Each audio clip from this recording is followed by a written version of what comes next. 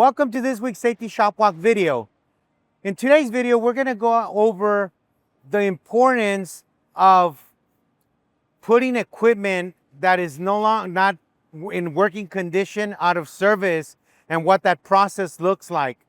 It's important for us to follow these processes because you want to make sure that equipment that is not functioning is tagged out so that other people don't accidentally come and try to use it and possibly get hurt. Normally, equipment that is no longer or not operating properly is not really safe. So let's go over those steps. All right.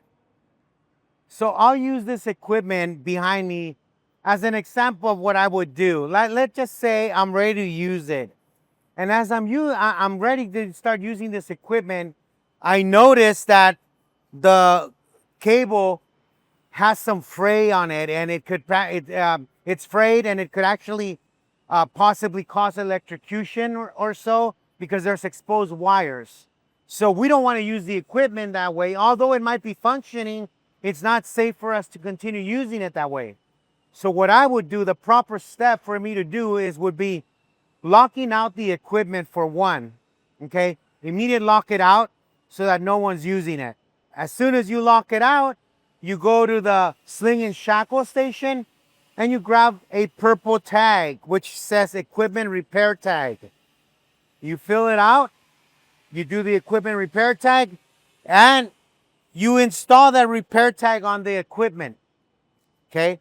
Once you install it, the next step is to contact DC on channel 1 and letting them know that you have a repair that needs to be done. What they'll do is they'll do a service task ticket, which will go to the facilities department and maintenance department, and they'll go ahead and come and do the repairs and conduct the necessary repairs. Now, it's extremely important that no one removes these tags other than the person conducting the repair of the unit once they are done. We don't want someone to accidentally come out here and power this on and end up getting hurt because someone removed the tag when the repair was not completed. So if you see these purple tags and the equipment looks good to you, what you should do is contact facilities / maintenance department and say, hey, I've noticed that there's a purple tag, but the machine seems like it's already been repaired. Can you guys please verify if it's been repaired or not? And they'll let you know, and if it is, and then you could let them know, can you guys remove the tag, or is it okay if I remove the tag if it's already been repaired? And then go from there.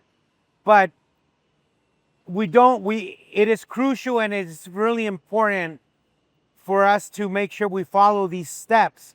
Failure to do so can result in someone getting hurt eventually.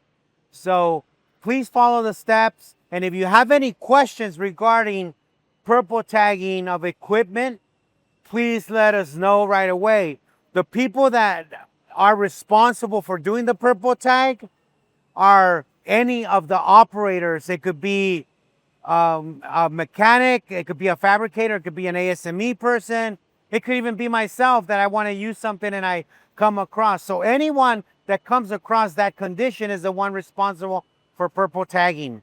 Please follow the steps. And if you have any questions, contact your manager or contact safety. Thank you, and I'll see you in the next video.